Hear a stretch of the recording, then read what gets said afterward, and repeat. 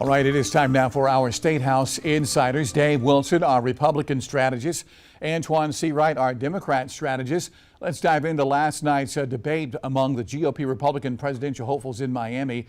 Nikki Haley, Tim Scott on stage last night. Did they do themselves any favors, Dave? Nikki Haley definitely did so, because last night was about foreign policy, and the experience that she lacked when she was governor of South Carolina, and that was foreign policy, was something that she gained for 2 years when she was at the UN as the UN ambassador. I think the biggest thing that we saw right there was her ability to talk about and address the specific issues that are happening on the international front. Tim Scott, on the other hand, while he has been doing a consistent job in his appearances on the debate stage, has not really seen the level of energy that we've seen from other candidates. I think, as one commentator I read put it, it feels like we're going back into the year 2000, where it was great talking points for then, but this is 2023 going into 2024, and there's going to have to be a significant change, I think, in the way that Tim Scott's promoting himself and his candidacy if he's going to see any movement in the polls. Look, two things happen at debates. You either win or you put yourself in further danger.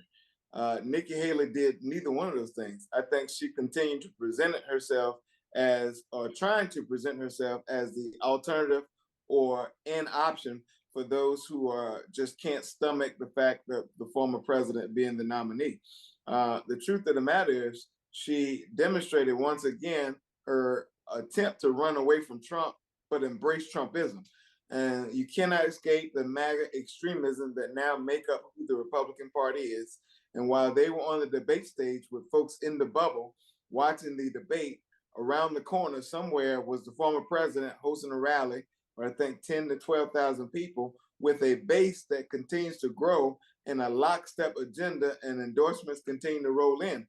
So this idea for competing for second place, or this idea of running in some cases and not running to actually win, continues to be the theme for anybody other than former President Trump.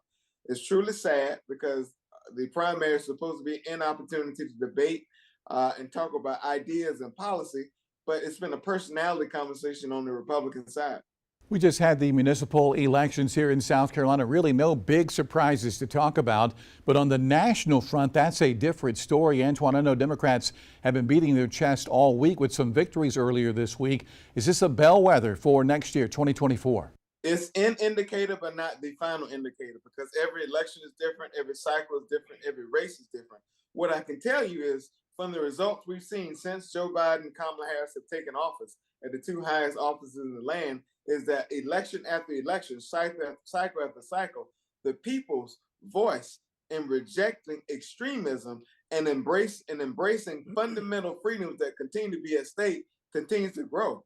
And the chemical makeup of those participating and voting for their own interests, whether it be about fundamental freedoms like we saw in Ohio, and a woman being able to make her own healthcare decisions, and those decisions remain between her and her doctor, or simple local elections where you have these extremist groups come in and trying to have a say on what local governments look like.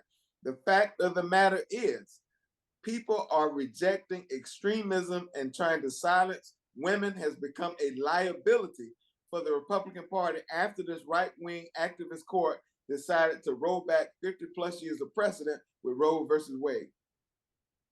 I think the big thing that we're seeing right now, and this is coming from a conservative standpoint, is the abortion issue is not doing well at the general ballot box.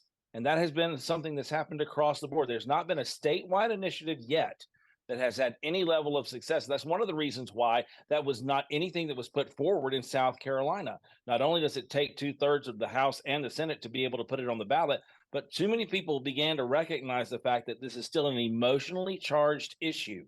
Keep in mind, we're only a year plus out of the Dobbs decision, and we've got a long way to go to take a look at what's been 50 years of talking about the woman's right to choose, and this new place of being, are we going to change our state constitutions and not just laws in order to address the issue of abortion, especially at the state level? But at the same time, you have everyone on the Republican stage, or at least most of them, running on this idea of a nationwide abortion ban. But As they say, it's not true, Antoine. It's not a Well, that is nationwide true. abortion ban. What they're talking about, Antoine, is a 15-week ban after 15 weeks. That is exactly what they're talking about. Not a no, don't conflate the issue here, Antoine. It's not that way at all. What it is a discussion about when do we actually start recognizing the viability of human beings in the womb. And for them, they're saying 15 weeks is a reasonable number, not an all-out ban. Dave, our mutual friend Google can help you out. Candidates on the Republican debate stage and those running for the Republican nomination have indicated they want on day one, including Tim Scott, who said he wants the most extreme ban he can. They've most have ran on this idea of a nationwide abortion ban. And that's why you see voters reject that. Even Republican voters, Republican men and women, young and not so young, reject that at the ballot box because nobody wants government telling them what they should be doing with their bodies. Let's talk about the presidential primaries real quick. That's not that far away, coming up in February. Will we see Donald Trump, will we see President Biden make return visits to South Carolina before those primaries? Antoine, what are you hearing? I don't think you will see any disregard for the state that actually saved the Biden candidacy and launched him to the presidency. I think you not only you see the president between now and the South Carolina primary in February, you will see much attention and focus on South Carolina. It's already been said that on Friday, along with Congressman Clyburn, the Biden for President campaign will file its paperwork for the South Carolina primary. That's already been in the news. And I think from there, you will see this ramping up of the intentionality around South Carolina's importance as the first in the nation primary, but that's been decided by the Democratic National Committee under the recommendation of President Joe Biden.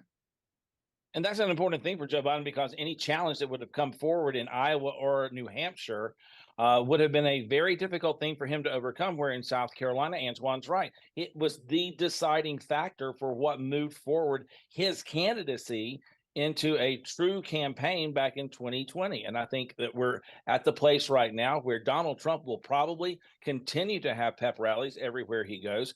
I do expect him to come back to South Carolina before the February Republican presidential preference primary. So I think everybody needs to gear up for a lot more talk about politics, at least over the next 3 months. All right, Dave Wilson, Antoine Seawright, our State House Insiders, guys, thank you so very much. We're going to take a quick break. We're back with more in just a moment.